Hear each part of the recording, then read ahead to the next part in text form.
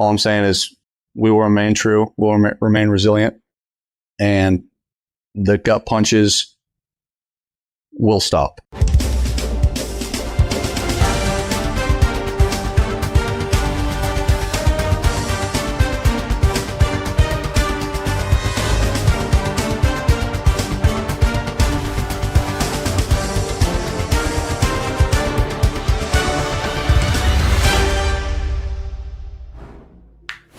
Hey, howdy ho, Lions fans. Welcome to the Detroit Lions podcast, episode 515. The Detroit Lions turnaround begins right here. This is the official Detroit Lions podcast for Reddit. I am your host, Chris, and with me is my good friend and co-host, Jeff the Riz Riston. How are you doing, my brother? I was doing better before about 30 seconds ago when my neighbor fired up his snowblower, like right behind me. So I apologize. It's winter in Michigan. It happens. It is what it is. Well, just for that quick camera fix there. We had a little bit of technical grease before this. Sorry, we started a little bit late, but we're here and we're ready to get used to it. We got a lot to talk about today. We'll do our warm-ups. We got some stuff to get you going, and I'll just start off right now and tell you we're going to start with hype. So get your hype hats on, folks, because it is time. When I say the Detroit Lions turnaround begins right here, I mean it because we've been to this point before. Not quite division champs, but we've been to this point before, and this is where the turnaround begins. Let's get into that. We're going to review the Vikings game because you can't walk past a win, much less a win where you've swept a team in your division. So we're going to talk about that. We're going to do a quick look at the NFL's playoff outlook. We're going to talk about Jared Goff's revenge shot. The pipe is out. Midweek injury look, a look ahead to the Rams, and a whole lot more because that Rams is a home playoff game in the wildcard round, folks. Great show lined up. Riz, you ready to go, my man? Let's do it. Let's kick this off and break it down.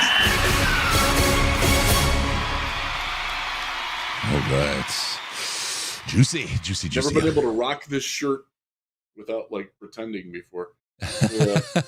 Yeah, baby. Yeah, baby.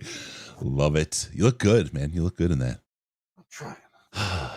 Got him out. Everybody. It's very nice. Like it didn't shrink at all when I washed it either, which is good. Yeah, I'm telling you, like those. I got these fleece blankets, these Sherpa fleece. They're now with that logo on them. I just took a nap on one today after work. I needed it. They're fantastic. I did a lot of work to kind of up the juice on our supplier, and we've got some really good quality stuff. So you can check it all out at what is it? store.detroitlionspodcast.com. Those shirts, the sweet blankies, the whole thing. Good stuff. Hoodies for the people that were asking for hoodies. There's what we got. All right, let's get into it. Let's do our thanks for the subscribe. Please like, subscribe, that kind of stuff. All right, let's get into it. Warm-ups. First, get hype and get revenge. Big stuff. Get happy and get mean. First off, Riz, this is it. A home playoff game against a tough team, but a team that we match up well against. And we'll talk about that when we talk about the matchups later. Riz is so sexy. Donated $25 to St. Jude. Thank you. This is it. We got fans that are getting there. We got a city that is there. It's time to be hyped for this team, its players, and where we are going. Get in it. Riz, when's the last time? I mean, seriously, when have you had an opportunity to be this hyped about a team? You've been lucky enough, we'll say, despite the record, to cover the team as a job for so long.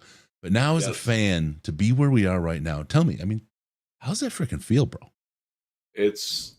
This feels different than the other playoff appearances, in part because I really do feel like they can win this game. Like the last one, that was Seattle. Yeah, we weren't going to win that game. Just weren't. That's tough. New Orleans, we weren't going to win that game. We weren't ready. Stafford wasn't ready specifically. That proved to be true. Mm-hmm. The Dallas game, I thought maybe we could win, and maybe we did. NFL didn't see it that way. Funny how that happens in Dallas, but I digress. But I wasn't surprised that we lost that one. And I'm looking at this game, and I'm looking at how the Lions and the Rams, that's a good football team. there aren't any bad football teams left. And I think that's includes the Lions. Like, yeah, we're good too. It's weird. And I think one of the things that when last week when everybody was queuing up, oh, are you worried about who we're playing? No, the team that's playing in Detroit needs to worry about freaking Detroit. We don't need to worry about them. They're coming to our house. We're the better team. We got more wins than they do. We've got more better wins than they do. Damn right. It's not that hard. Like, we're good. We're a good football team. If you don't believe that, you're probably listening to the wrong podcast. Justin McLean in the chat, and this is we're gonna talk about this. I truly feel like the media is trying to make this a Stafford home game. The true Lions fans that actually show up to games are going to make this Stafford's life hell. I'm down with that. And it's not making Stafford's life hell. It's making the opposing quarterback's life hell. That's the thing. It's not personal. It's not personal at all. Let it go. It's personal for the Detroit Lions and for the city of Detroit. So we'll talk about that. And I'm not going to go too big on this, on the Stafford storyline, because I don't think that's the real storyline. And I think the media is whistling past the graveyard on this mostly. I just think that they want to latch onto the NFL storyline because it's easy, and everybody else is feeding that. That ain't it. I'll tell you what the storyline is, and I'm going to let you say the part that you said because yours is a big one that's nobody's talked about. Riz, my piece of the storyline that nobody's talking about is this is Jared Goff's opportunity to pipe Sean McVay. His words. Already. No, that was his girlfriend, and she's. I didn't want to. Right? Yeah. Now that they've had their nuptials, it's a little different, right? Both of them. But this is it. This is his time to say "F you" for everything you did on my departure. And I want to say just really quick about Jared Goff. Jared Goff embraced the shit out of this city. The gut punches not stopping, all that before the fans embraced him. Some did. And probably more today will tell you they did than they did before. But he embraced the city. He embraced the team. He came here and said, I'm going to win. I'm all in. That's what Jared Goff did. And it took people a long time. After he got hosed in LA, it took people a long time to get on board with him. He deserves so much freaking credit for what he's been able to do and what he's put up with to get this team to where we are. And glad a lot of people have jumped on the Goff train.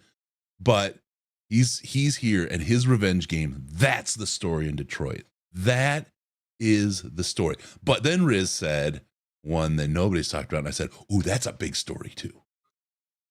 When was the last time you heard from anyone that Brad Holmes is responsible for a lot of that Rams roster?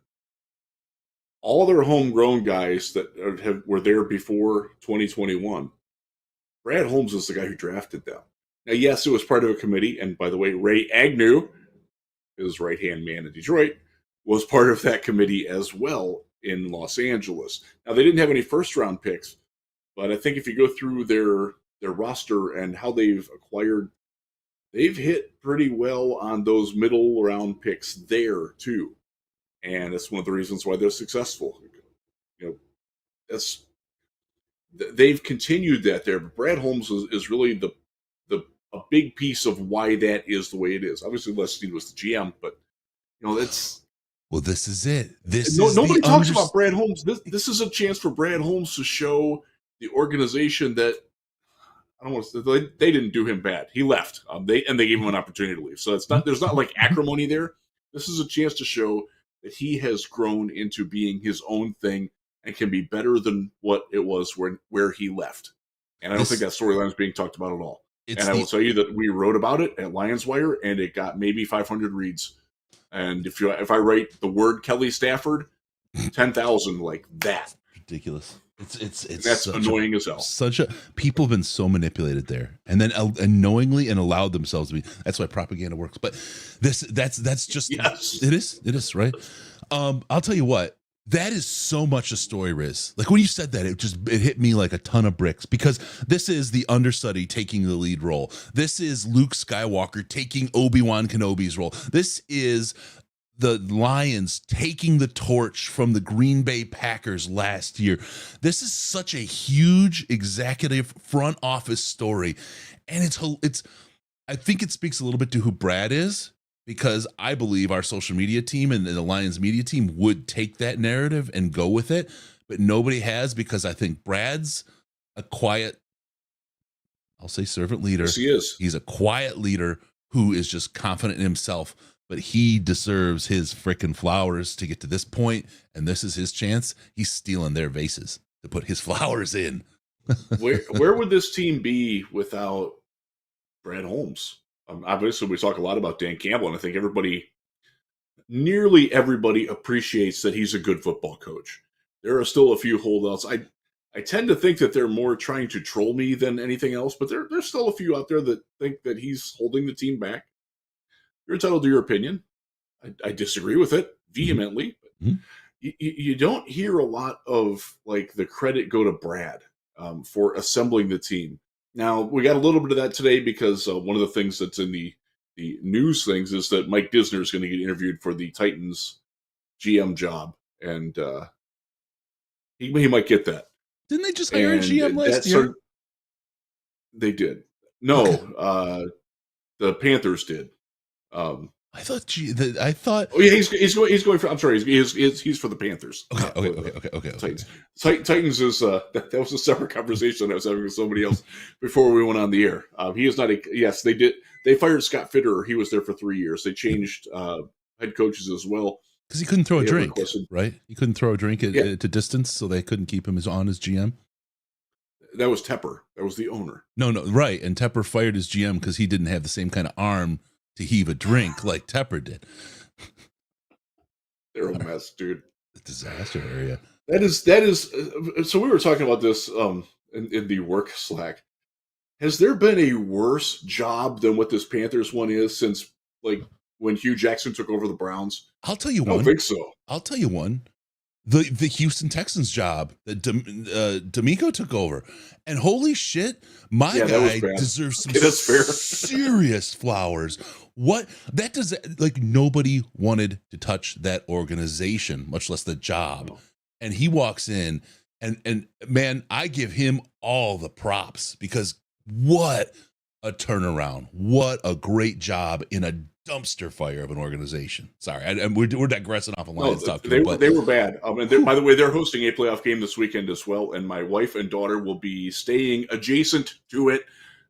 And I won't be there. It is bugging me a little bit. Well, they're hosting. I didn't realize Houston was hosting at Energy Stadium, where University of Michigan just won the championship. Lost. Where Michigan just won the championship. That's where we're going to go. Yeah. Holy cow! Look at that. Congratulations, Michigan Wolverines. Congratulations. Yes. Well deserved, man. That was a very impressive win because when we spin forward to the draft, you're going to hear me talk a lot about some Washington players that fit the Lions. There's a lot of them. Yeah. And the fact that Michigan, who also has a lot of them, took care of business was really nice. It did wonders for my Jonathan Edwards as a really good NFL running back prospect take. And you might see some of them on our show at the Senior Bowl. You might see. I don't think Edwards is going to be there. Blake Corum will be there.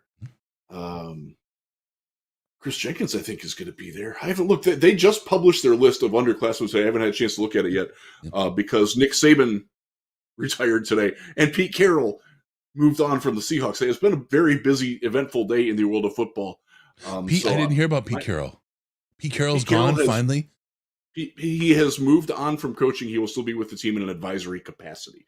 He is no longer the head coach of the Seattle Seahawks. Thank you. I hate that guy. And for those of you who have been under a rock for the last hour and a half, Nick Saban retired at Alabama. And everybody thinks he's done. Like he's done. So it's not like he's not going to go to Michigan to take over for Harbaugh when Harbaugh leaves for the Raiders or Patriots or Titans or wherever. Michigan broke him. Although, it would. Shh. I don't know. I don't do fantasy well. Unless it involves pudding. Here's what would be hilarious though, and this is why I hate Nick Saban. Okay, because I've always been a Michigan guy. I hate Nick Saban because of what he did to Michigan State, because he did them dirty. He did them dirty. He did them dirty. I'm not a. It's the same reason I hate Pete Carroll. I'm not a USC guy at all. I absolutely dislike USC. I know a guy who played football there, and Schembechler's last year beat him in the Rose Bowl, and that's his whole claim to fame. And like, he actually wound up playing for the Rams for 2 years, but his whole claim to fame was to beat Schembechler. And I'm just like, F USC, right? What F that team, whatever. But Pete Carroll driving that whole thing into fine and no bowl hell, and then saying, "Oh, well, I won't have to pay any price," and just departing for the Seahawks. I hate that. So Saban and Carroll, both teams I don't like, but low class, low character individuals. I have no time for either one. Sorry. Doesn't mean they can't coach though. They were both fantastic coaches. Yeah, but I hate them. I hate them. I'm going through do a photo gallery of all the first round draft picks that played under Nick Saban. And when I agreed to it, I thought there was maybe 25. There's 49 of them. You got a lot of work ahead of you, buddy. I got a busy night coming. It's going to be a long night. Well, with that, let's get rolling into the next topic. So get hyped, folks. Get hyped for your Lions. Enjoy Lions. This, man. Yeah. We haven't had a chance to do this in a long time, Chris. It's great. I know. It's great. I know. This is going to be my first playoff game, post-game show. And we're almost 9 years in, bud. Think about that. Yeah. This is something we're in uncharted territory, and oh, by the way, we've got some big plans for the draft this year. The draft party, you guys are gonna love it. But so yes, get hype. This is not a Stafford story. This is a revenge story, and this is a winner story for Brad Holmes and for Jared Goff and for the city of Detroit. Don't let them push their narrative. Don't let them propagandize you with their garbage. Be a Lions fan and be proud of what your team has done and what your city's done around that team and supporting that team, because they deserve every single bit of that kind of love. They've earned it. None of those. Wear those whatever people, jersey you want, but be aware that there might be consequences if you wear the wrong one. Those people probably not a good weekend for the Detroit Rams folks to acknowledge that they were one of them. And by the way, I don't think there was anything wrong with that back in the time, because there were ships passing in the night. And we were in the low tide, and they were riding high, and it was great. And we all wanted to see Stafford get it, and we got that reward. Yeah, that time's over. Those people in Goff and Holmes wanted to come to Detroit.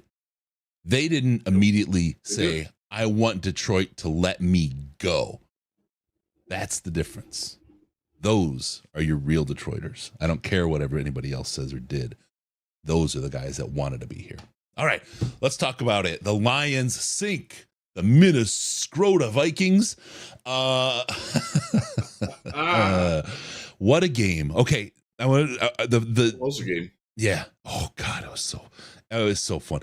We can't walk past this, because this is beating the last game of the season, looking ahead to the playoffs. It's all fun and exciting. We want to do that. But the reality is we swept a division rival, the one that was supposedly going to win the division this year and did win it last year, in the Minnesota Vikings. We swept them and we beat them down, and they have the cryingest, most in pain fans. We shut down their ability to have any hope of making the playoffs. This was a ball drag across the city of Minneapolis and the state of Minnesota, and those Vikings fans. Enjoy that, Lions fans. Take that. Love it. The elephant in the room, though, is, why do we play our starters, Jeff? Why do we play our starters? Because the NFL mandates that you do by their arcane, antiquated, and completely useless inactive list rule that prevents you from resting up to 7 players. There is no purpose anymore for the inactive list. And if we would, so we had 2 players that were injured scratches, Brock Wright and J-Mo was the other one. So there were 5 players that the Lions could have rested. Five, and actually only 4, because Hendon Hooker had to be one of them. So there were 4 spots where you could have made a regular starter inactive. Jared Goff would have been one for sure. Frank Ragnow certainly would have been one. I think Taylor Decker, based on his injury history the last few weeks, probably would have been one. You know what? Jonah Jackson with his club might have been the other one. Wrist, yeah. Maybe Hutch. Maybe, I don't know. Anzalone. He's been Yeah, a little Anzalone, up. because he was injured too. Yep. Sam Laporta's nowhere close to the top of the list, in part because Brock Wright was on the list. Like, you got to have tight ends to run your offense. Bingo. You can only your promote number 2 guy people is to the practice out. squad. There's not a physical, like, so the Rams rested people last week. They rested Matthew Stafford and Aaron Donald. Like, Puka Nacua was out there. Their entire starting offensive line, to my knowledge, was out there. I'm not going to say that I paid super close attention to that game because I was watching a different one at the time. But, San Francisco rested Christian McCaffrey and Brock Purdy. But, like, their defenders, Fred Warner was out there. I know he was out there. Like, a lot of their key players were out there. You've got to really pick and choose even when you do rest people, because the NFL rules make it that you can't, because they want their paying customers to see their top players if they're healthy. Yeah. The NBA's load management, that ain't ever going to happen in the NFL. I'll tell you that right now. Yep. That is antithetical to their business model. The St. Brown piece, he might have gotten some sit time too, just because of some of the little nicks and scratches from prior. Yeah, but I want to talk about that because it came up. The Vikings player, which was Phillips, I believe his name was, knee around the ribs. That was dirty as shit. They didn't replay it, of course, because they're losers at Fox and do a terrible job at replays and giving you a good view of what happened. I hope two things. One, that guy, I didn't hear any fines. I didn't hear about any fines for him, and that's absolute crap. Because if you remember, fines come out Saturday, so you won't hear it until then. Okay, because St. Brown got a $40,000 fine for bullshit. This guy, $41,000 and change, for an illegal block where he didn't actually make contact with the guy's head, but it looked like he did. Yeah, so this is. Absolutely, he put his knee through the guy's ribs in the last game before the playoffs. You want your players to play? Intent to injure should be punishable by severe beatings. I think his name is Phillips, right? I'm working from memory here. I hope very honestly and genuinely he slips on the ice on the stairs this winter and cracks his ribs and has to spend 8 weeks not being able to laugh, breathe, or be happy, because that kind of bullshit, that intent. What did he do? That was intent to injure. He not after he fucking kneed the guy, he put his knee in the same spot and his weight on it and drove it into him as he stood up. That's the shittiest bunch of bullshit I've seen. I mean, look, there's the old time football. There was all kinds of stuff. You were twisting people's ankles in the piles and everything else. It was a different time. That's not today's NFL, man. That is not how the game is played. I hope he does, like I said, slip on the ice in the stairs and crack his ribs and suffer for a couple of weeks, because he deserves it. He deserves it after that shit-ass, garbage, dirty play. Excuse my French. Come from a bad part of Paris.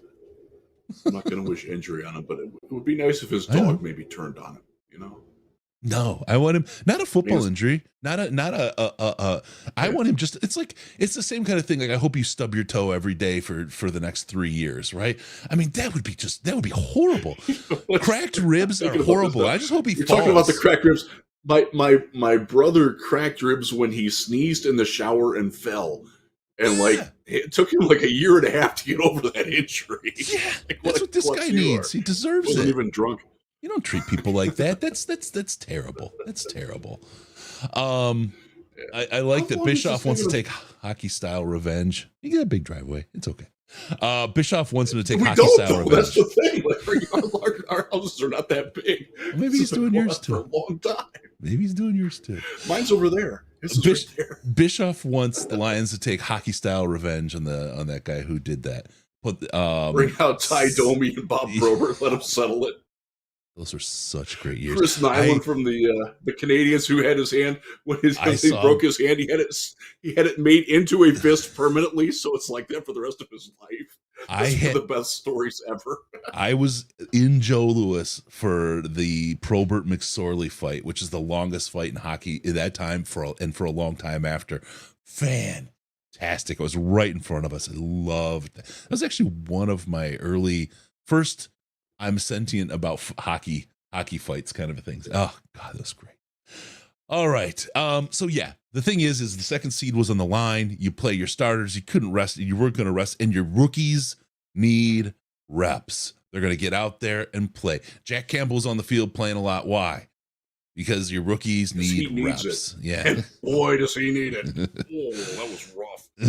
Yeah, he didn't do too terribly though this week. He didn't do too terribly. He's had a game that was above a number of the games he's played this year. Let's put it that way. That's not great, but he's coming along. Like, he's a work in progress. And Yeah. I thought his mental game was good. His physical game made a couple plays. He also missed a couple. Missed a couple of really bad missed tackles, and that's tough to watch. Remember that's why he's out there, though. To your point, he's out there so he can learn these things and get better at it. Repetition at the NFL level with the speed, size, and strength that he's going to be going against for the rest of his career, his long and what should be a pretty good career. Mm-hmm. You're not resting those guys. You're resting, like we said, you're resting the guys who come in with pre-existing injuries, guys who missed a day or two of practice last week, guys that veterans who might just need to fresh. And again, they're just, because of the way the rosters are set up, there's just not that many spots. Like, yeah, sure, you can play Jalen Reeves-Maben and Anthony Pittman as your starting linebackers and rest Anzalone. Okay. Then what happens when one of them gets hurt on special teams? You're bringing your starter in and they got to play on special teams, and that crap does happen. That happened to the Steelers back in 2020 when they were getting ready to play the Browns in the postseason. And by the way, they lost that game. What happens? Look, it was close. It was really close. What happened? The Eagles lost. What happens if Dallas loses too? Dallas was behind early. What happens if those two teams lose and you play your seconders and you hose yourself out of the opportunity to get that number 2 seed, and San Francisco loses to the number 1 seed? What if you hose yourself out of that? Because we needed 2 wins in San Francisco to lose, right? You can't do that. You can't do that. So, that's where we were. It sucks. Laporta's hurt. We'll talk about injuries and what the outlook is for him. Brock Wright will play. We'll talk about that too. But that's it. We won. We beat we swept the Minnesota Vikings this season. We shook the monkey of that Dallas Cowboys ref screw job off our back this week. And now we go into the playoffs like this. I guess it does like this. Surging up and in the right mindset and with the right kind of head of steam. That's exactly how you want to enter the playoffs. You don't want to enter the playoffs after a ref screw job sitting, waiting. Period. That's that. So the other thing I'll say is I said this when we were potentially when we as Lions fans were talking about the idea of possibly tanking, because Dan Campbell would never tank. A wise man once said, "You don't get better at winning by losing more." Yeah, I think there's a lot of truth in that. And going into the postseason on a win feels a lot better, because what if we would have lost that game with our backups? Like, oh crap, we don't have any momentum at all. Our guys haven't played; they're not sharp. Like that storyline is just as easy to play out, folks. Go out and win the damn game. Yep. You play to win the games. Yep. As Herm Edwards would exhort you. All right. On that, F the Vikings, F their fans. It's fun to see the salty tears to lick them up.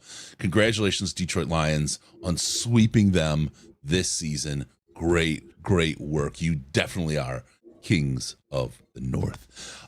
We get into our next topic here, and it's the NFL playoff outlook. And Peaceful Tim brings in a beautiful segue into this topic. If the Lions win, Packers win, and Eagles win, welcome, Matt Patricia, to Ford Field next week. And I want to talk about this because that would be great. Green Bay and Dallas is a really interesting matchup. I think of the teams that sit there right now going to Dallas, Green Bay has probably got one of the better chances and matchups against that team to put it to Dallas. And look, if we're talking about reverse narratives from history, Lions are beating the Packers now, taking over the division. The Lions were the ones that the Cowboys couldn't beat as they were leading their way into their Super Bowl years. This is Green Bay's story to be able to top Dallas as well. If we're reversing narratives, this is, Dez didn't catch it, all that, whatever, all that. This is Green Bay's chance to really go into Dallas and do something. Mike McCarthy coaching the Cowboys. Oh, yeah, I was just saying. Oh, by the way, who was coaching the Packers in that game? Mike McCarthy. Now with Dallas. And Dallas, by the way, Jerry Jones didn't exactly throw the greatest line of support towards his head coach. He was like, well, he's our coach now. We're supporting him now. We'll see how it goes at the end of the playoffs. Like, damn, dude. Jerry's the team just overachieved with this guy. He's ruthless. Different stories for different owners. So that's interesting. I see in the where was it? Black Lion wants a Cowboys rematch. I'm okay. I would love to beat the Cowboys. I would love that. I'm terrified of them though, because that matchup is really, really tough. That is a big. I would rather have a home game. Every matchup is tough right now. And that's the thing. If they lose, then other than the NFC Championship game, we have home games. And we would play anybody at home. That's yep. And I don't mind Green Bay at home. I don't mind the Eagles at home, right? Those are all happy.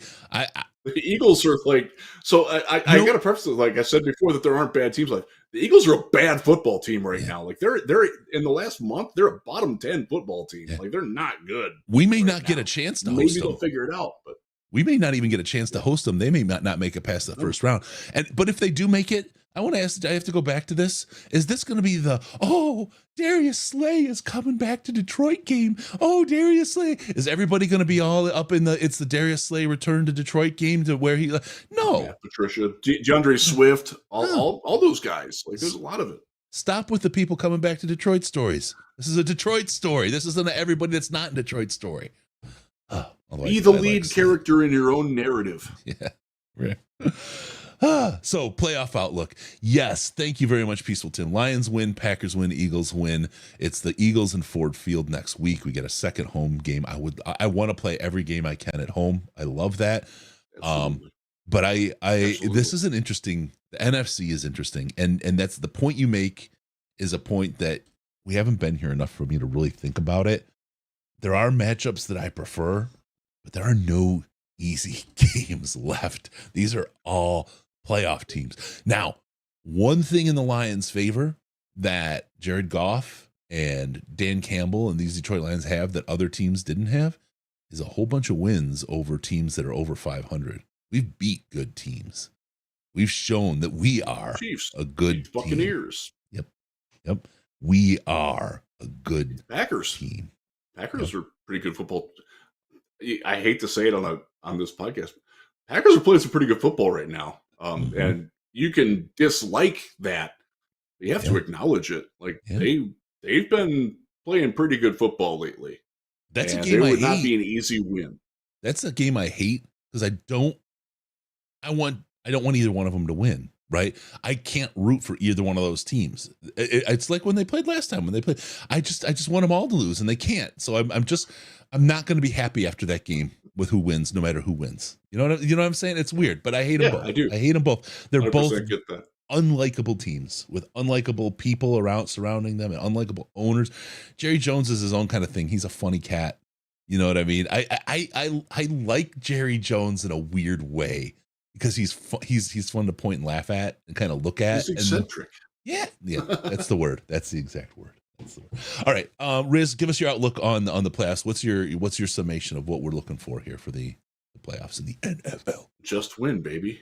I think that the Lions, again, there are no easy wins, but I will say that right now of the teams that are in the NFC, the Eagles are clearly the weakest going into the postseason. Yeah. I'm not crazy about the idea of the Rams, but I think the Rams can win this game. You have to acknowledge that. Like, this isn't like an easy win for the Lions. No. They do some things that the Lions don't match up all that well with, but they also have some very exploitable weaknesses, and the Lions are well positioned to exploit those weaknesses. Yeah. Ash, I believe, has talked about that. I apologize. I have not been able to watch the daily this week. It's been a little bit of chaos around here, but I'm sure he's highlighted some of those things. I know some of our colleagues around the Lions sphere have done that. And Justin Rogers, by the way, did a great film breakdown at the Detroit News of what the Lions can do, and I think he's very well served in that. If the Lions play their best, they will win this game. But if they don't play their best, they still can win, but it won't be easy. Mm-hmm. And I think that's kind of true of whoever they would be playing. And I said it last week. I wanted the Rams more than I wanted the Packers. Aside from the fact that we have to deal with all this Stafford crap. It's annoying. It really is. And I'll say this: the Rams people hate it too.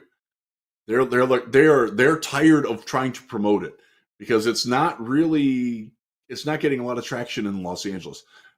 Now Los Angeles from living there. Yeah, it's a weird media market to begin with. I don't understand it. I don't have enough familiarity with it to know, but different things happen there that just sort of take the attention away, and they just don't care about this. It's the Matthew, town. They won with Matthew Stafford. They don't.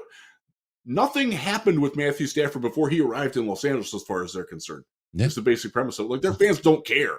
They just don't. They're the town that writes the stories, right? If you think about it, all of the movies, the TV, everything comes out of there. So they're craving a good story, and there's stories to be had everywhere.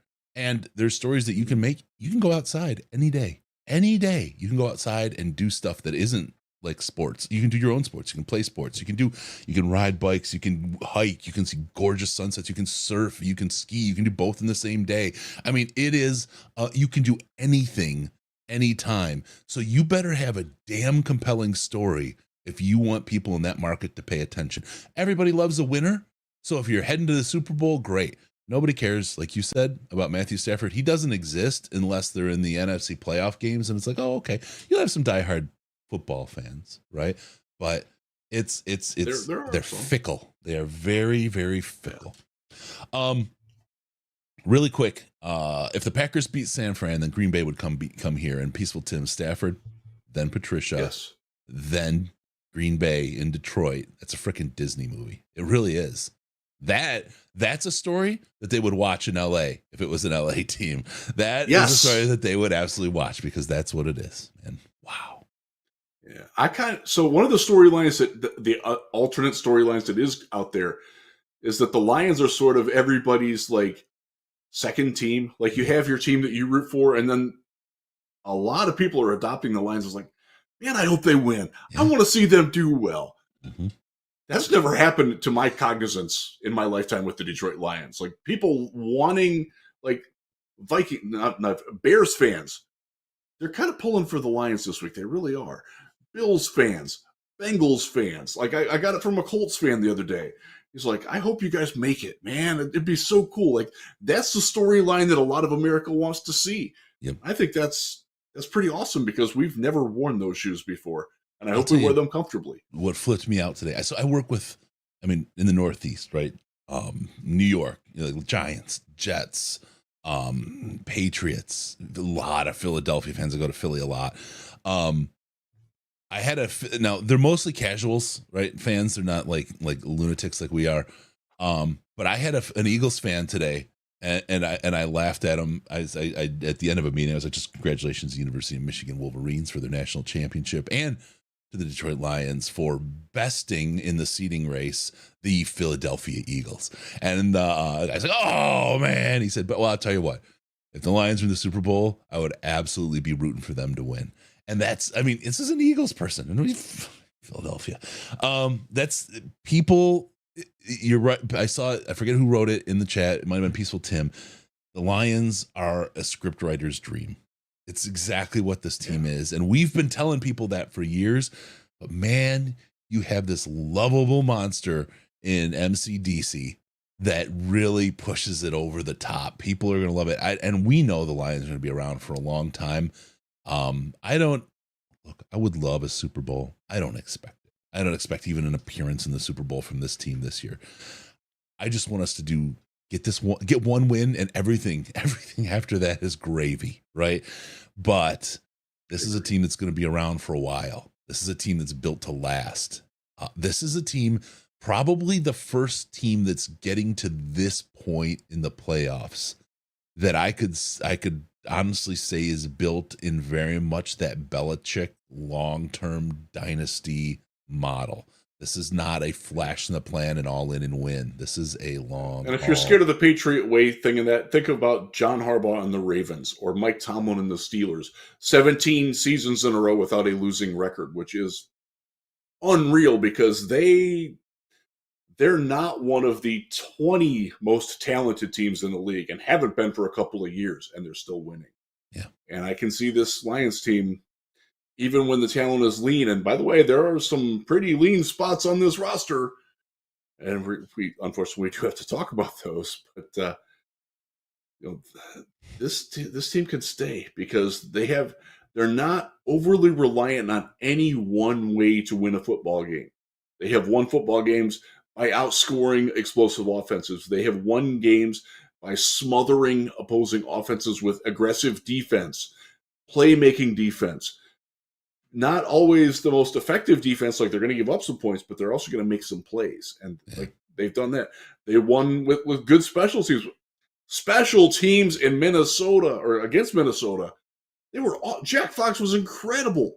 One of the best punting games I've seen him do. And by the way, he didn't have a very good year. No. He had a great last game. Jalen Reeves may have been first team All-Pro as your so good for special him. teamer. So happy for him. God, I'm so happy for him. I really am. The fact that he wanted to come back and was like, if I just play special teams, I'm good. And that's what he did. But by the way, he also played pretty good defense. Like he's stepped up a little bit when in he that was coverage called to play. Role. Yeah, when he was called to play, he played. Played all right. I'm just so happy for him. I really, really am. A guy who is grit, who's done nothing but work, all grit, who's done nothing but work. And he got what he deserved. He did good for him, man. Good for him. It's gonna take me a while to get used to that new hashtag, the all grit instead of one pride. But I like the change. It was time for a change. It had been one pride for a while. Yeah. So, I wanna Big Wes has something it's really good. And I just want to kind of allude to it a little bit. You know how they'll play a song or something just to kind of get in the head of other players during warm-ups or during the walk-on or that kind of thing. Yeah, like the Russell Wilson thing. Yeah. Big Wes. Yeah. They should show a video of all of Stafford's pick sixes. Can you imagine during warm-ups if it's just Stafford throwing interceptions on the video screen over and over? They wouldn't have to loop it very long. No. There's a lot of them. There's a lot of them. Like that was life with Stafford. Like we knew that the cost of doing business with him is that he's going to make some incredible throws. He's also going to throw some to the other team. Like Brett Favre did that. One of the things that made Aaron Rodgers so special was that he didn't do that. Like Steve Young would throw interceptions. Like that's aggressive quarterbacks. Interceptions is a byproduct of that. And that we learned to live with that with Matthew Stafford. Yeah. And that's one of the things where Goff is different. And one of the ways that Goff has got successful was that he was able to start being a little bit more aggressive for Jared Goff and still protect the ball and not put the ball at risk. And that's when Jared Goff is at his best, is when he's throwing the ball more aggressively than spraying the ball 100%. Inside 8 yards. 100%. When he's looking down the field in that 12 to 20 yard range on in-breaking routes, there is not a quarterback in the league better than him at that. There isn't. You can look up SIS. You can look up 33rd Team. You can look up the next-gen stats from Zebra Technologies. They're all in agreement on that. Like the 10 to 20-yard pass over the middle and on in-breaking routes, Jared Goff is the best quarterback in the NFL at that. There are deficiencies elsewhere, but when he's doing that and dialed in, damn, that's like watching Matthew Stafford zip those balls between 3 defenders in the red zone, and Brandon Pettigrew comes down with it in the back corner of the end zone. Well, that's what I want to get. Golden Tate gets it. Get to on Goff, because this is where I think his improvement has come from this year. The word always was Stafford windows, because he could put that thing through a postage stamp size window, right? What we've seen from Jared Goff this year is those windows are a lot smaller than they used to be. He's been able to deliver balls into much tighter windows, and it's you were calling it aggressiveness. That's exactly what it is. He's trusting himself, and he's putting those balls into. Now, look, his interceptions are up a little, but the results are more yards, more touchdowns, more wins. And the aggressive Jared Goff that we've seen, the difference we've seen in how he's grown and taken on that. Look, he put he's got to carry a sack in a wheelbarrow this year. He saw, Campbell doing that all the time. He got his own wheelbarrow, and out he is. There he is. I mean, really, that's what he's doing. He's like, this is what we do. We go hard. If you're going to be aggressive, coach, I'm going to be aggressive too. And we're seeing it, I think, from Aaron Glenn too. There's aggressiveness. It's all about, if I had to kind of characterize the evolution of this team, it was first, we're building grit. We don't no turds. We're flushing them, right? We're tough players. No floaters. Because we're going to overcome. We're going to come up if you knock us down, and we're going to take a kneecap. It's a metaphor. I know it's old, but we're going to keep grinding. You're not going to keep us down. Now we're kind of evolved past that to where we're going to hold you down. We're going to be on top of you. You're going to be the one trying to chomp at our kneecaps, and you're just going to get a face full of knee, MMA style, and say good night. That's the difference in how this team has evolved. I'm really excited to see where they go with the talent they pick up in the offseason. And I don't even want to go there yet. I mean, we're not even talking draft yet, Riz. We haven't had a single show about the draft. We've mentioned it twice in passing in what we're doing and laughed that we're not talking about it. And I don't even want to go past where we are now, but where we're going to be with the talent that we're going to grow with in the offseason, because everybody gets better, but we know how much better the leaps that this team has been taking since Brad Holmes has taken the steering wheel. Can you imagine what this evolution is going to look like? This is incredible. And we're young. We're so young. We're going to stay young. This is, I love it. I'm a happy Lions fan, bro. This could be the worst Lions team we see in the next 3 or 4 years. They just won a division title. They're hosting a playoff game where they're favored to win, and certainly can win. And probably, I think they're going to win. I don't think it's going to be easy, but I do think that the Lions are going to win. And then they're going to get into another playoff game, and you know what? They can win that game too, even if it's in Dallas. Won't be easy. I probably won't expect them to win that game, but they can.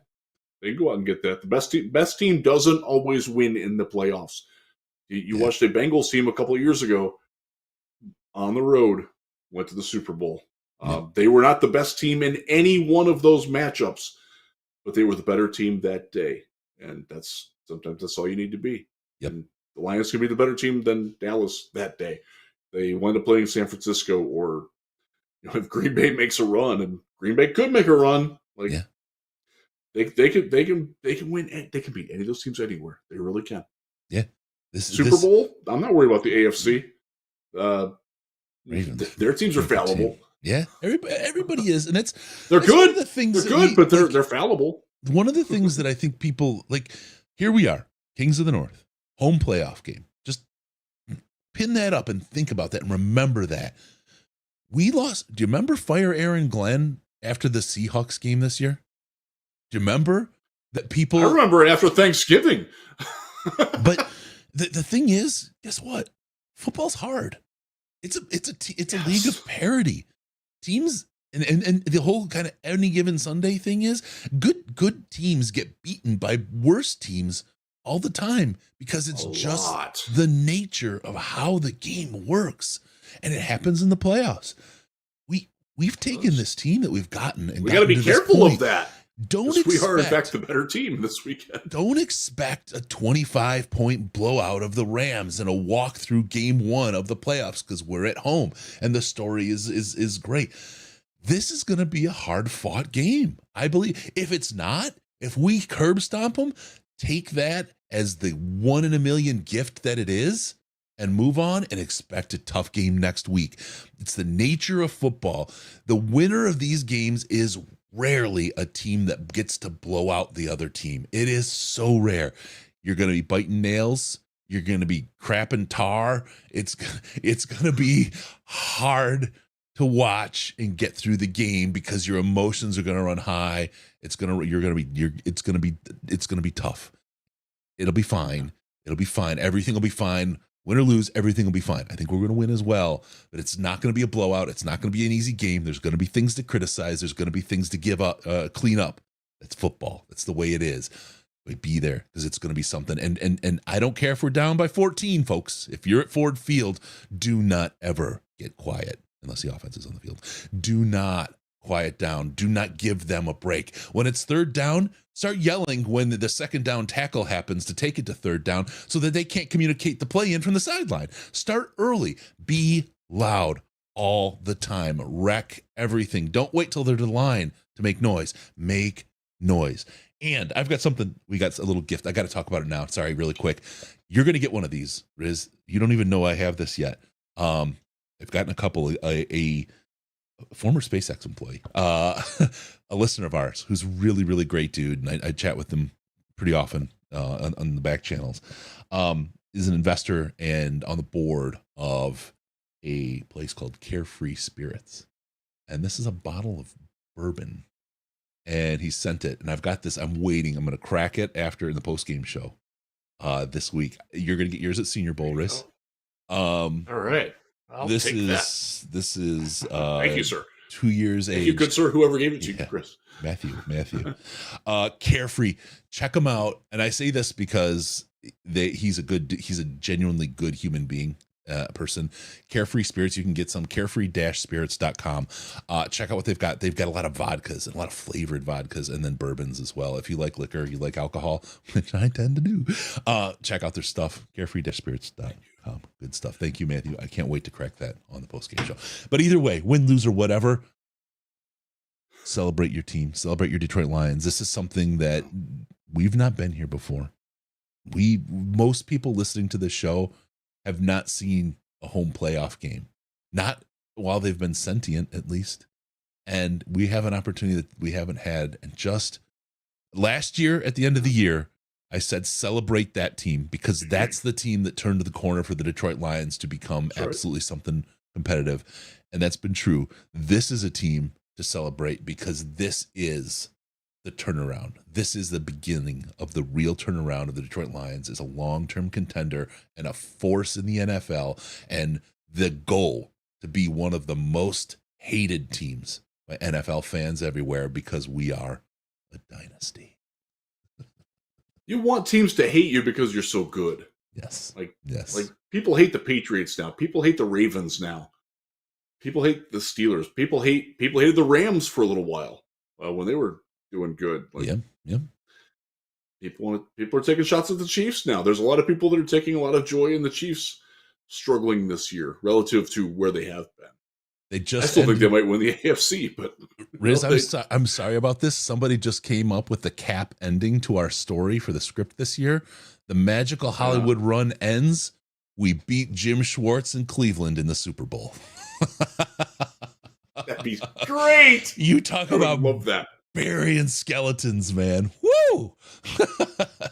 I will say this, having known Jim Schwartz over the years, he would be really pissed, but like 2 days later, he would call Dan Campbell and congratulate him. Yeah. He would call Sheila and congratulate her because he would be incredibly upset when it happened, but then he'd get it. He really would. Because either he's out of blow or that garden hose is plugged up.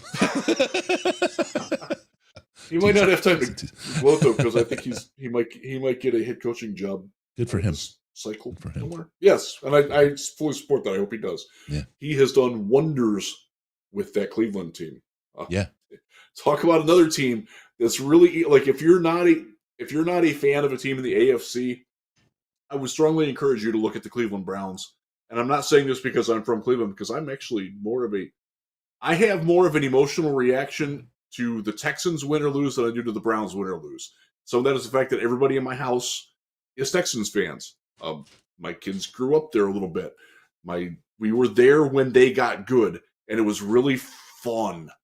Like that group when J.J. Watt and Aaron, like I love that team. I really do. And the fact that D'Amico Ryans is part of this turnaround, I really like that. I really loved C.J. Stroud as a prospect. I'm happy that he's good. He's better than good. He's the rookie of the year. He might get MVP votes. Yep. I don't think he deserves those any more than Jared Goff does, but he's damn good, folks. Yep. Like that game, I tell you what, this is a fantastic weekend for me because there really isn't a loser for that game on Saturday, and then Sunday you get the games, and you get to watch a couple games with interest, and then you get the Lions in primetime. Freaking beautiful. Chris, I complain about primetime games. I'm not complaining about this one. I love it. No. Some of that's the fact that my kids don't have school Monday morning, so I don't have to get up with them, and that's great. I've already got that's with MLK Day next. We've got a day off. It's great. I've got Ash lined up already. He's like, we're doing the post. He got to the front of the line. He was Sweet. He was like shoving people aside. I'm doing the post game show, right? Like win or lose, we were doing this together, brother. And I'm like, I'm with you, man. Big hugs. Let's do this. It's going to be an incredible game. Win or lose, it's going to be incredible. I do think they're going to win because I think that they're going to be able to score more. I don't think this is a game where I don't think defense wins this game. I think offense wins this game. The team that maybe has the ball last, the team that makes one less mistake on offense rather than defense, I think wins this football game. Yep. Special teams could be a part of it too. And by the way, if you've watched the Rams at all in the last 6 weeks, their special teams are god-awful. They're terrible. They've got no Dave Phipp. Punting. Their punter's okay. Their field goal unit is terrible. Their return units are not good.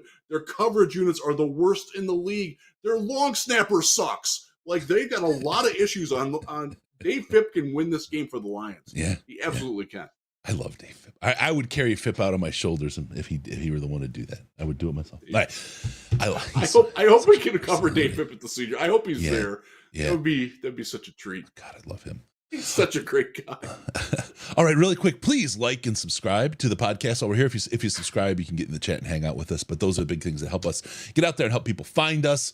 Ask once per show. This time I actually did it before the end of the show. So please, if you would, you're sitting here watching. It's free. It's free to do. You just forgot. I know. It's okay. Don't worry about it. Just go hit the button and move on, and we'll do it. And we won't talk about it anymore. And we won't tell anyone that you were the one that were sitting there and forgot to hit it. It's okay.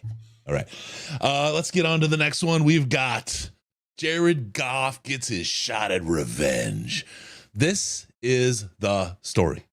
Not into the staff story any more than I'd have been into a Hawkinson story, or I've been into a Slay story, or I don't care who else is coming back story. It would be nice to give a kick in the nuts to Patricia, but other than that, I mean, that's just that's a different kind of revenge story. It's a hate story. I don't need a love story from the team I'm playing against. What I have, I'll just tell you right now. Matthew Stafford, before this started, he didn't want to be part of another rebuild. He wanted out. He said, he talked to coach, he talked to Mr. Holmes, and he said, I want to go. And this team gave him everything, more than any other team probably would have. They gave him everything he deserved and put him in a place that set him up for something great. Good for him. Now fuck off, because you wanted out. We now have Jared Goff. Jared Goff wanted to be here again before the fans wanted him here. Jared Goff embraced the city. Before he played a game, he was active and set up his charity and started going to town in Detroit and helping people in this city. Why? Because he was committed to where he was coming. He was committed to the team that he was coming to. And he was belittled by, and I say it all the time, I love her enough. She's a sweetheart. But Tori Petrie calling him a sweet summer child, saying the gut punches would stop. And people just dogging on him when there was not another player on the field that he could throw a ball to. See, Goff stinks. And just the disaster of a roster that was left behind when Brad Holmes and Dan Campbell took this team over. He took a boatload of shit. And he withstood, and he outlasted the people that hated him in Detroit. He's outlasted the people that hated him in LA, including his former coach and his pipeable now wife. He is here, and he's been a Detroit Lion long before Detroit Lions fans were Goff people. End of story. Jared Goff is the story. Jared Goff's revenge on Sean McVay and his gaslighting and what he did to Jared is the story. What you said, Brad Holmes ascending to the role of master and taking the torch from the people he worked under and for the team that he helped build, now the one that he built on his own, taking the cookie away from the formers. Those are the stories. This is a Detroit story. This is not we have a lovable guy that wanted to leave us, story. You know, Hawkinson said he wanted to go somewhere and get wins. I don't hear anybody saying, "Oh yeah, he deserves some wins. I'd like him. He was a nice guy." Why are we doing it with Staff? Like, why? He's on the other team. He's a quarterback for the team that we're playing against. F off. He's already got a Super Bowl win. You got what you wanted. F off. You know what you're coming home to do? You're coming back to Ford Field to lose again. That's what you're here to do. You're here to lose again because that's what you do at Ford Field. Good night. And I love Matthew Stafford. I really do as a person. But right now, on this field, between those lines, fuck off. You're going to lose. I don't care that you're here. You're just going to lose in Detroit again at Ford Field, period. Does that make sense? It does. There's a passion there. It goes hard, but it goes. But I'm so sick of all the other talk, man. He's on the other team. None of the other stuff matters. Oh. It doesn't matter. He spurned Detroit. Understandable. Is the situation understandable? I don't have love for the Rams. I'm a Detroit Lions fan. I want Matthew Stafford to lose on Sunday. After the game, I can talk nice about him. I can say all kinds of great things about him. But up until now, he's not the story.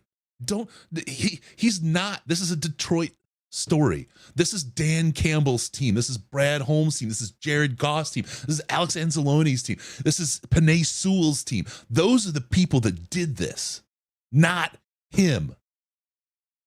Not him. He didn't do it. He never won the division. He couldn't do it. Right. Oh, but there's talent around him. He could have. Yep, but they weren't here. Tough. He didn't do it. This is the team that did it. And this is where we are. Love the man to death. He's a nice guy. I really, really enjoy him. I hope to hell we do like Matthew Stafford. Yeah. But not Sunday. No. Not this week. And nobody should get abused for wearing a Stafford jersey at the field. It's a Lions jersey. The support in the Lions, I get it. The jerseys are freaking expensive. We're facing economic tough times, inflation's through the roof, all the other stuff. I can't expect somebody just to go buy a jersey. They're paying hundreds of dollars likely for a ticket, or maybe they're lucky enough they know a friend or have a job that squeaked them a ticket or whatever. I can't fault somebody for wearing the gear that they have or that they can afford. I can't fault them for that. I don't care what jersey you wear as long as it's the Lions jersey. If it has any Rams colors on it, fuck off and get out. You don't belong in that field. You don't belong in that stadium. Yeah, don't wear those split Rams Lions things. That's not a good move. Not a good move. Man. I don't particularly care for those to begin with, but I understand the sentiment of it. Yeah. Like Mrs. Kelsey wearing a half Eagles, half Chiefs. I get that. Like, she's gonna kill it. Okay, that's good. Like, if your favorite college has a great player on each team, like, okay, I'll buy that. That's fine. Yep. I don't, as you know, Chris, I don't really care about college football other than that it's a vessel to scout NFL talent.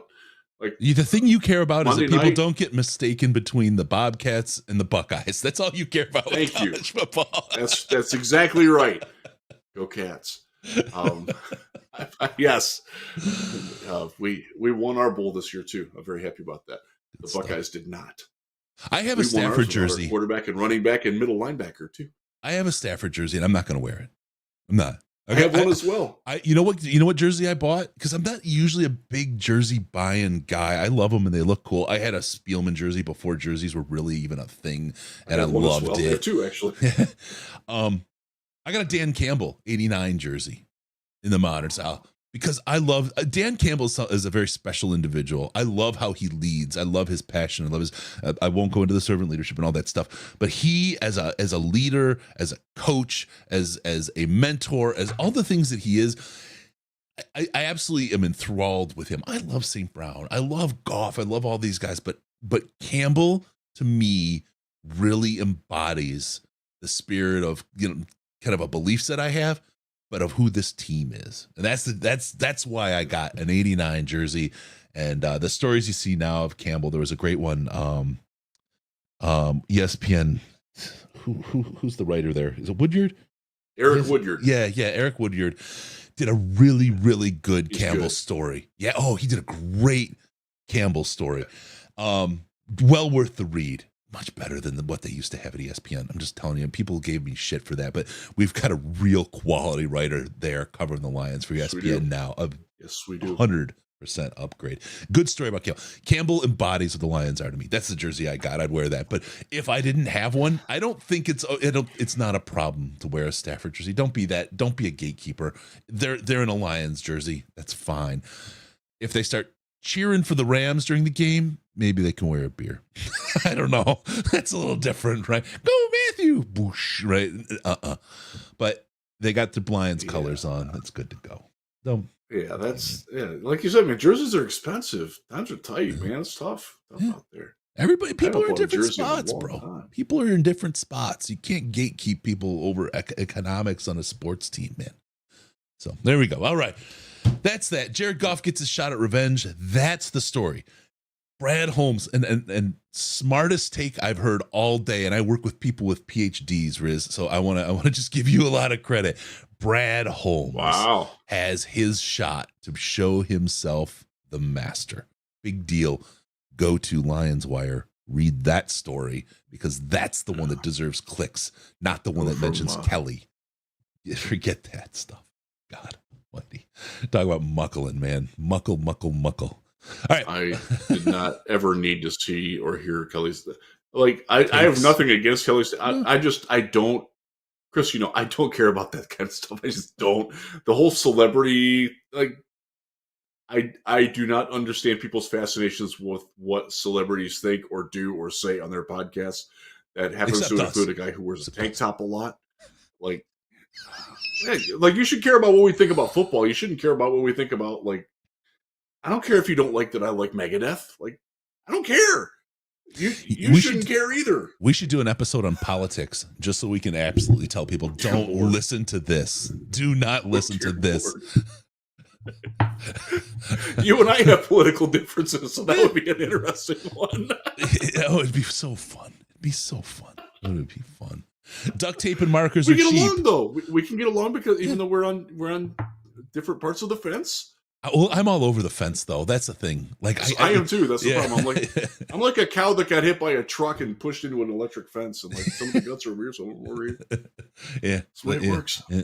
I just, but really quick. Why would you care about what I think about cream corn? Like, dude, that's not what I cover for a living. That's bullshit. Cream corn kicks ass, by the way. My mom makes the best corn casserole. No, cream corn's for losers, people without teeth. Sorry, I just taking it. I was doing the Skip corn. And Shannon. We're not good at it. We chose cream corn. We didn't even have a real topic. All right, let me. They don't either. But that's why we don't. It's not. We can't do it even convincingly because it's stupid. All right, really quick before we get to the midweek injury look, Chris, duct tape and markers are cheap. Ronan, that's a great point. Yep. Take some. I got tape right here. Take some duct tape and write JMO on the back, and just be done. I can do that right now. Yeah. I only have a red pen here. That's your fix. Don't worry about it. Rick Grit, the only opinion I care about is my wife's and mine, of course, there. But she gives me that. There you go. There's the back of your Stafford jersey right there. Rick Grit's got that. Let's see. What are we even fighting about? Cream corn? That's right, WMW. Oh God, Hodges. Risden? I hate his take on blueberries. Yeah, he's a loser with blueberries for sure. Thanks, Hodges. I don't like blueberries. That's weird because I live in the blueberry capital of Michigan. Yeah. I don't like blueberries. You know what? All Risden is oxidants. He's oxidant. I am antioxidant. I'm all about the blueberries, brother. You and your fucking oxidants. Oxidizing people. You're rusting from the inside out. Get your antioxidants. I had a dragon fruit smoothie earlier today. They're filled with antioxidants. No, your argument against has to be your antioxidants take oxygen out of your blood and you're dumber because your brain doesn't get enough oxygen. See, that's where you got to go with it. I'll tell you something. My neighbors. I'd never be good at that stuff. I do something with my neighbors. This is one of the most fun things, and I want people to take this on as a party game. This is a total aside. I'm sorry.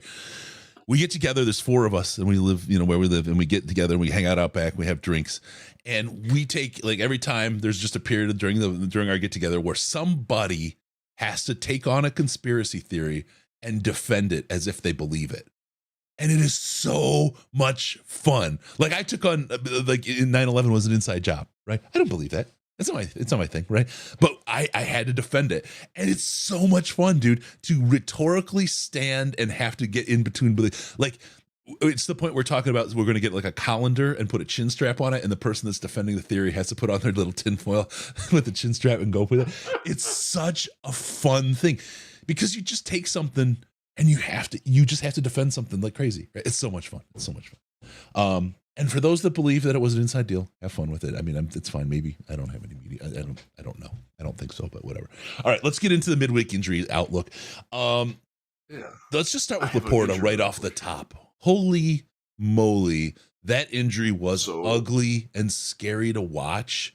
And then to hear that it's days, not week, and he could actually show up on the field. One of the things that tipped me off that it wasn't that serious was when he was on the cart. He got on the cart by himself and his legs were bent. If your knee is fucked up or jacked up, they're not letting you bend your knee. Yep. So that was your first tip right there that it was going to be okay. And this is not Dr. Leal. I haven't paid attention to what Dr. Jimmy's doing. I hope he's doing something on it because he does. Coming out tomorrow. I learned so much from Dr. Leal. Yep. I really do. I cannot encourage people enough to go to him. But I talked actually to 12:45 tomorrow. 12:45 tomorrow. He releases his latest video and he'll talk about this. Go ahead. Good. But one of the things that I've learned is I go to the gym a lot, and one of the guys that I know there is an athletic trainer and a rehab, specifically an injury rehab specialist in the kinesiology world. And one of the things that he said was like they would never let him bend his knee if his knee was jacked up. Mm-hmm. That validated it for me. I'm like, thanks, Chris. That made me have his name's Chris too. Like, thank you. Like that made me feel good. So I asked him. I'm like, okay, let's Zapruder film this. And he's like, I think he's out at least a week because I think he strained it's a PCL, but it's not the PCL ligament. It's like a part of some part of your knee. And I'm not an anatomy guy. There's a lot of bits. But he's like, that's going to be really hard to play through that one this week. But like beyond that, if he's got pain tolerance, he can probably be okay. He was at the walkthrough today. Was a full participant in the walkthrough. In the actual practice, he did not participate at all. So he is listed as a non-participant, but it's overselling it because he did go through the walkthrough and did so actually walking through. Like, again, if his knee was jacked up, they would not let him do that. So when Dan Campbell comes out and says, we will know on Friday afternoon, but he is improving and there's a chance that it happens, believe Dan Campbell. Doesn't mean he's going to play, but there's a chance that he can. And until he's ruled out, don't rule him out. No. I'm just so impressed because I saw that and my heart sank immediately. I saw it happen in the moment and I just was like, no. Yeah. To hear this kind of a prognosis out of something like that. And then I'm going to go back to the Hawkinson hit, right? It didn't look anything like, and he got up and walked off the field like, boom. Just no big deal, right? Really quick, Nick Joseph, thank you for the $10. That takes us to $35 to St. Jude, stjude.org/DLP. Floundericious is here. He's put $100 match on the table, folks. It's $100 to get us toward that 20,000 mark where we watch Riz cycle through 3 Steve Miller Band songs live on the air. Yes. 3? Yeah.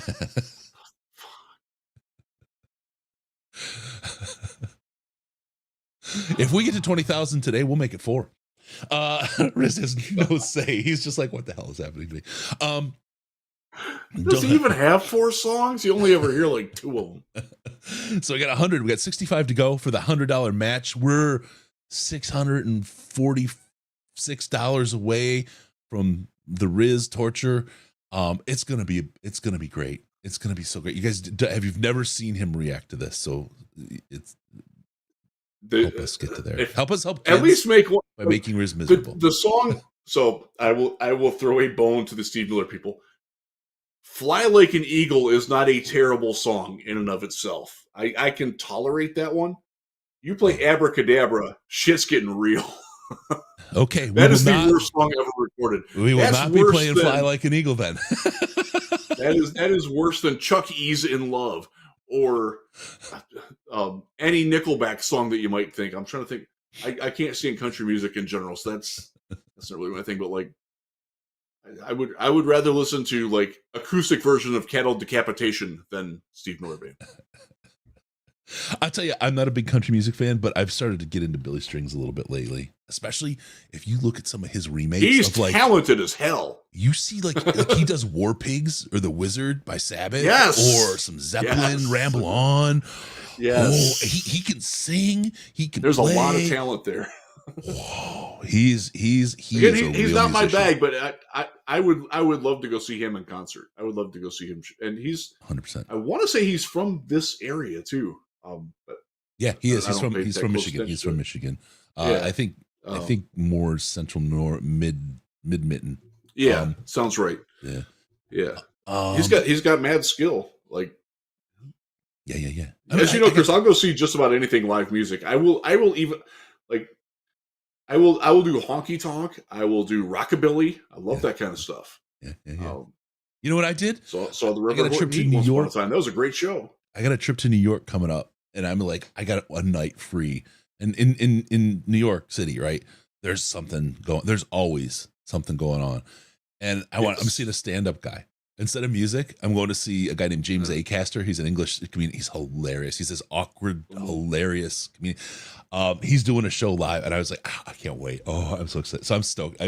I've really been getting into stand-up more than I love live music. I love music, but stand-up lately has been just fantastic. I've loved every minute of it. It's really, really good stuff. So anyway, okay, let's go. Strings Played with Tool. I saw that. I didn't listen to it yet, but it's on my must-watch list because Tool is as Bischoff says, they're the best band in history. Yeah, Scott and our mutual friend Josh Liskovitz love them some Tool. By the way, I love me some Tool too. Tool playing in Pensacola or Panama City the Saturday night before we get there in Mobile. My good friend Brian Bosarge, Mr. Deep Fried Draft, tipped me off to that, and I'm like, I should fly down. We're arriving on Sunday, and they're going to be there the Saturday before. And Saturday night, yes. And so, Riz, just think about this, okay? I want you to honestly keep this in mind. If that Lions get the playoff game is on Sunday, we've got to fly in early. Yeah. Might have to fly in on Saturday. And there very well could be a Lions playoff game. That would be championship weekend. Dude. Tool, the NFC Championship game is that Tool, weekend. Well, that's not that far. The Lions playoff game, and then the Senior Bowl. Are you kidding me? That is a lifetime like bucket list. Like, I will need at least a week off to sleep after all that's done because I will not sleep during that entire week. Oh, yeah. My. Let's get back on task because I have to go you're right. Okay. at some point tonight. So hit us with injuries. You go to town. I'm going to sit and be quiet. All right. So 3 people sat out today because of rest. Frank Ragnow, Taylor Decker, Graham Glasgow. You probably expected that. Sam Laporta was listed as out, but we just talked about that. Khalif, knee, no practice. I don't see him playing this week. That's Donovan Peoples-Jones' role. Because J-Mo was back. J-Mo was a full participant today. I was not there. Heard he looked fine. Heard Brock Wright looked fine with his hip. He was also a full participant. I can say he'll be back. Cam 100%. Sutton. Yes. Cam Sutton, toe and heel was a full practice. John Kaminsky, illness. That's why he was inactive. I don't know the exact illness, whether it was shingles, because shingles doesn't care, or whatever it might be. Gout. I don't know. Diverticulitis, because I had a flare-up of that, and that really freaking hurt. It's really not something that you ever want either. But I don't know what it was. But he was back at practice. Cam Sutton is just so special. The shingles doesn't care ad is the greatest. It's the greatest pharmaceutical ad ever. Shingles doesn't care. From that to gout to diverticulitis. I mean, god dang it, Riz. I have weird problems. Not the flu. I've never had shingles, thankfully. I don't want them either. I've not actually had the vaccine yet either. I had chicken pox So as you missed it, a medical lesson for goiter. you. He's got a goiter. Shingles is the adult version of chickenpox. I had chickenpox when I was 2 weeks old. I nearly died. I spent a month in the hospital with that. It didn't obviously stunt my growth very much. Yeah. A goiter. So you got to get a goiter in there somehow. My great aunt Edna had a goiter on the side of her. Oh my God. It's before iodized salt. Like a freaking softball. Oh, she was. Yeah, it's so. Thank God she was for modern creepy. world, man. Yeah.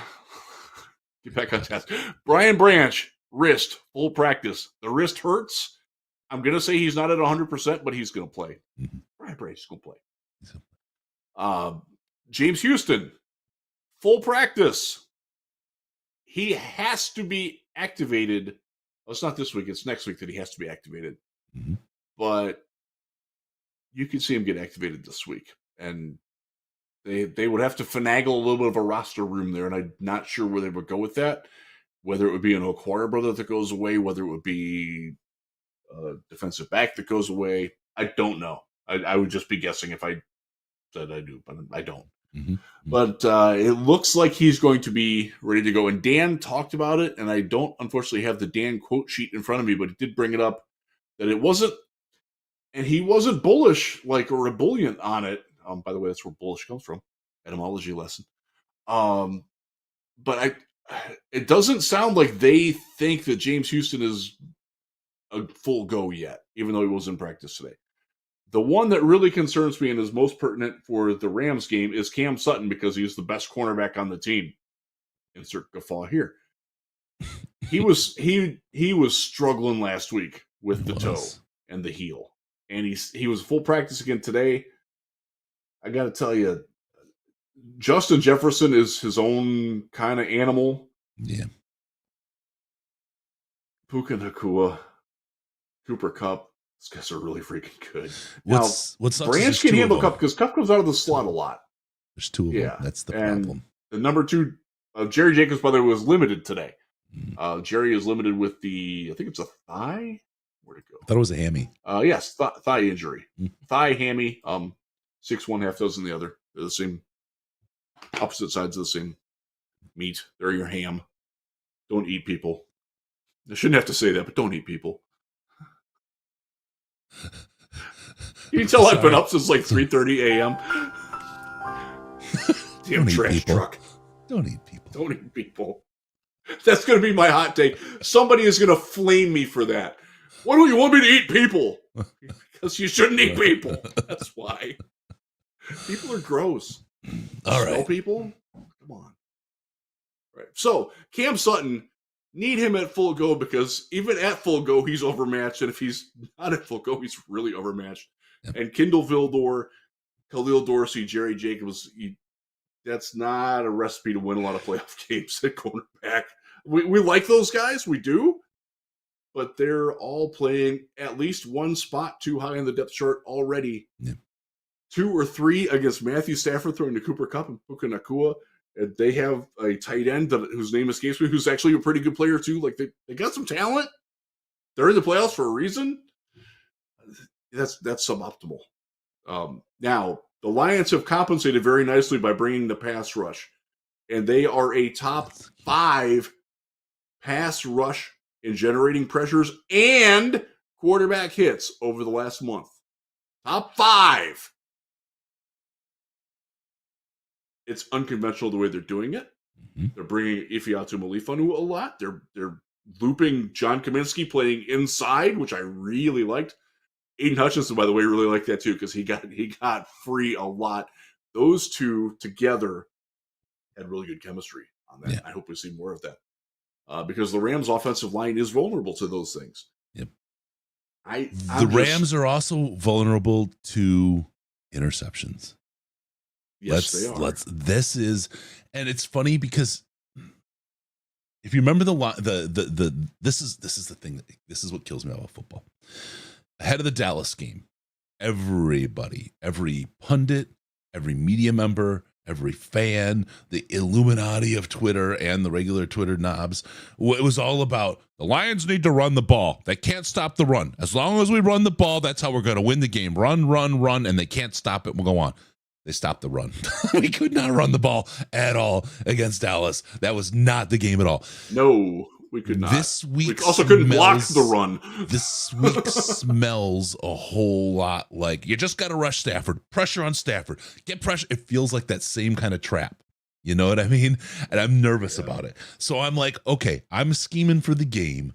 I'm like, yeah, I'm scheming this defense to put all kinds of pressure, stunt, all kinds of crazy kind of looks to get at and pressure Stafford and make him throw those picks. But you better have a plan B. You better have a plan B, because if that doesn't work, you've got two receivers out there. And let's not forget, I mean, for tight ends, as far as they go, Higbee is not a bad guy to have on the field either. Thank you. Yes. Yeah. He's good. He can play. They've got some threats, and that's our weakness. That's the spot where we could really get hammered this week. So Tyron Williams is a good running back. Guy can play. Yep. The guy can play. They block well for him too. They're outside guys.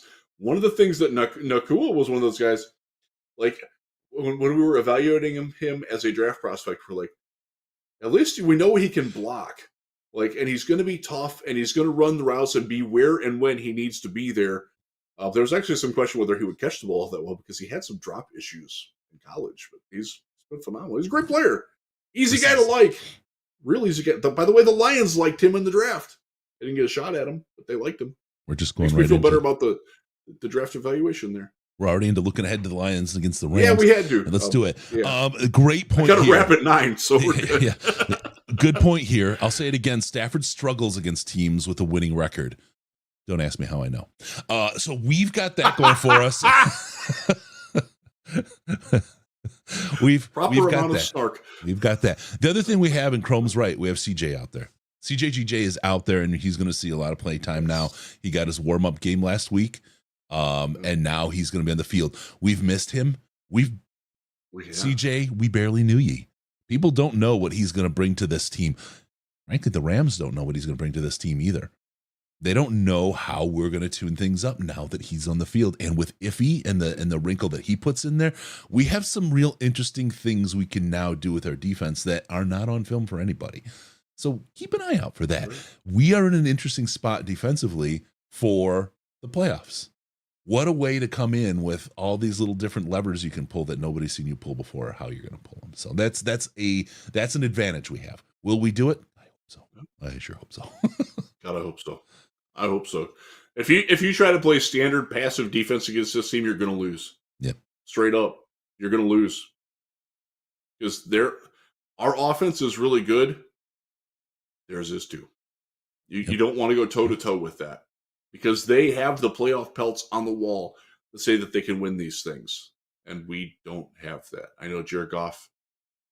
So let's talk real quick about Jared Goff's playoff experience, because everybody touts about how great he's been. Made a Super Bowl. He has a 57% completion percentage. He's thrown 4 touchdowns and 2 interceptions in 6 games. It's not like he's lighting the sky up, folks.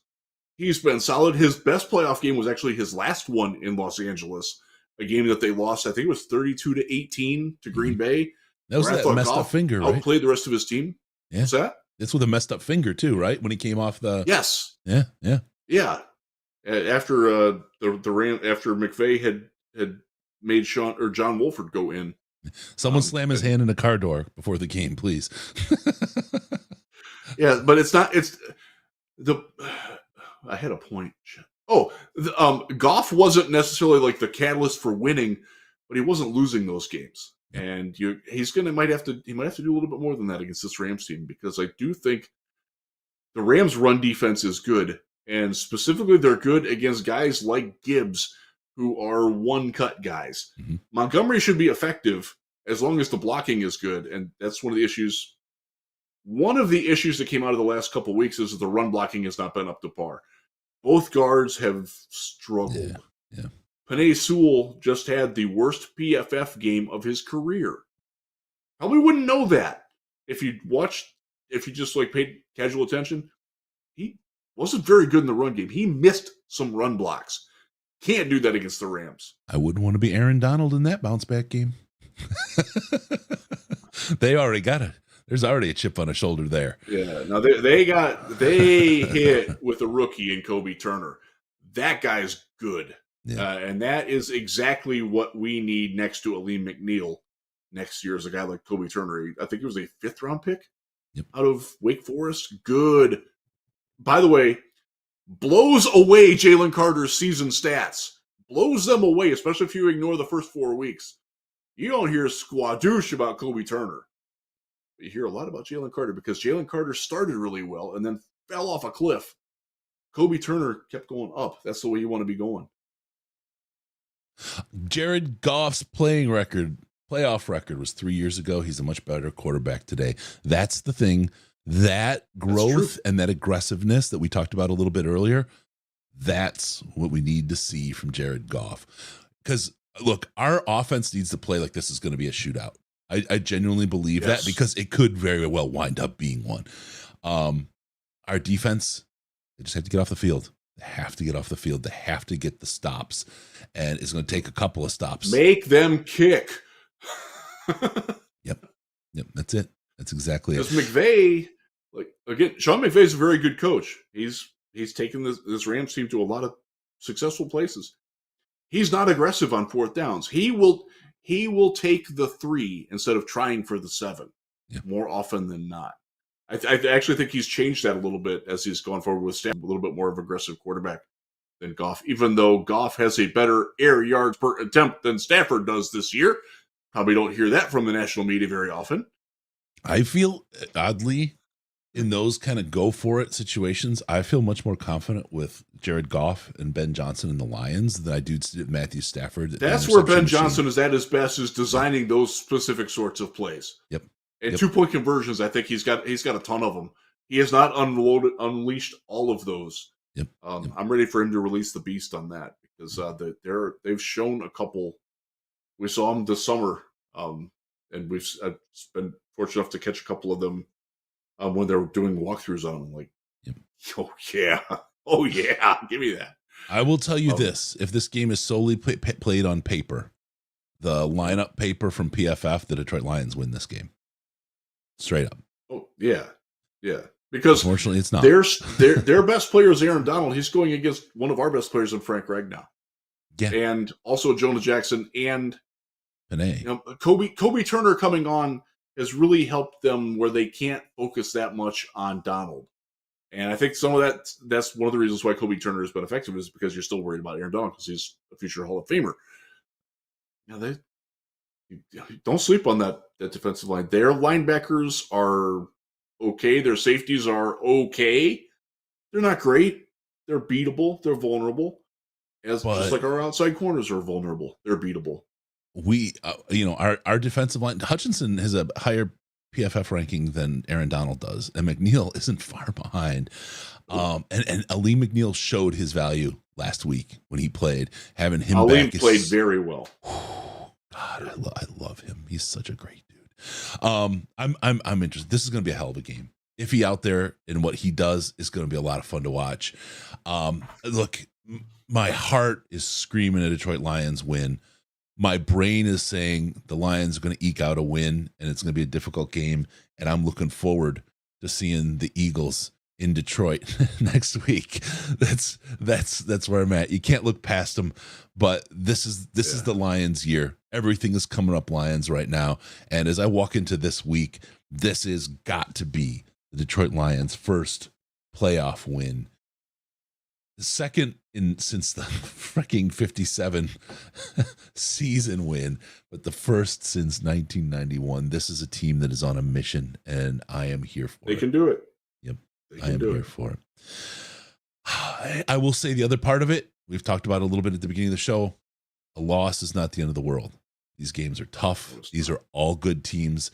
If I stop right now ahead of this game, not knowing the outcome, and look at the Detroit Lions season, I'm going to say I'm proud of this team and I'm happy of this growth. And the future is bright. It is very, very bright for these Detroit Lions. So stand, enjoy it. Enjoy it. Love it. Lions fans, go for it.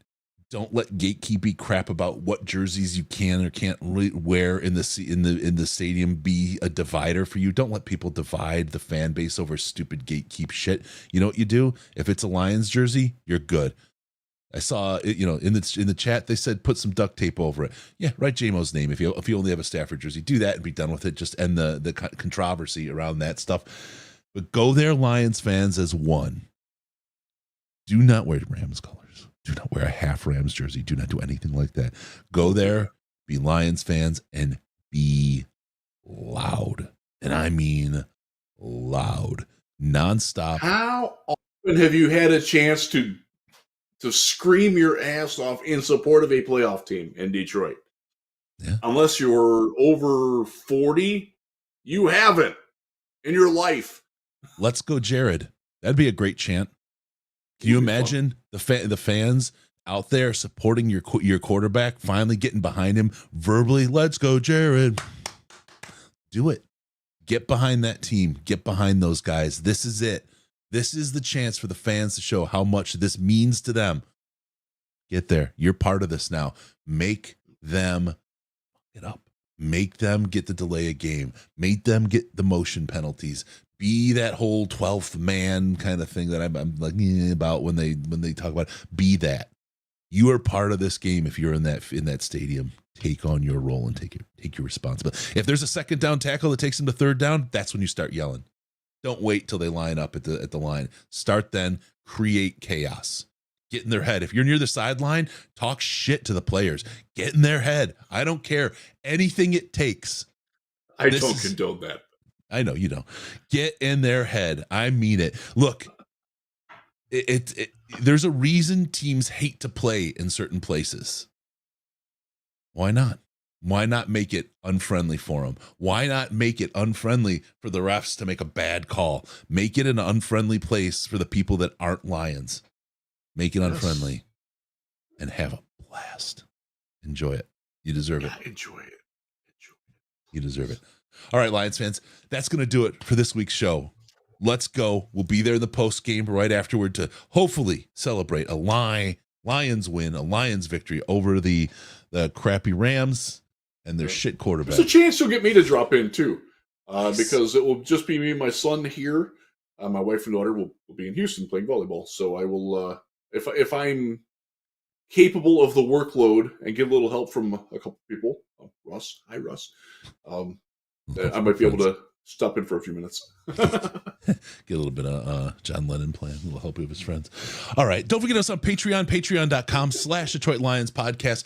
I am struggle bussing with Patreon to make this ad-free thing for you. As soon as it's available, I will make a stream on Twitter. So check it out. We'll let you know, and you can get your ad-free version of the show as a Patreon. In the meantime, if you do $5, you get access to the Slack, the most intelligent Lions chat on the internet. It has been fantastic. Great place to hang out, talk Lions. It's been very focused this past week. Yeah, the gatekeeping stuff is gone. People are dialed in on the football. Yep, and I kind of like that. That's what I'm there for. I love it. It's a solid community. Solid.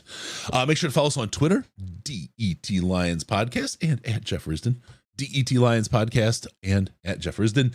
Get us on there, and all the notes about the show, when we're doing it, when we're not doing it, what's going on, who we're going to have on, all that kind of stuff is right there. You'll really want that as we get to Senior Bowl, because it's fast, furious, and quick there. So do that. Check us out at DET Lions Podcast. Call us on Skype, Detroit Lions Podcast, all one word. Or call us in the Lions line at 248-782-8384, 248-RUB-YOU-FUG. And be sure to go to DetroitLionsPodcast.com. Order yourself that beautiful shirt. It's available. There's a blanket. There's a Sherpa fleece. It's gorgeous. It is so gorgeous and warm, and it's the perfect for a winter's night or winter's afternoon. But you go to DetroitLionsPodcast.com. Subscribe to the podcast. So Riz can. What would you do if someone were to do that, Mr. Risdon? I want to come into your ear hole automatically. I love the sound of that. All right. Let's do this, Lions. Man, we're with you. Thank you for tuning in. We're going to see you next time on the Detroit Lions podcast. Remember, no pants, no toasters, no hot tubs, no problems, because we are your playoff-bound Detroit Lions and Reddit connection. We'll see you after the win, folks.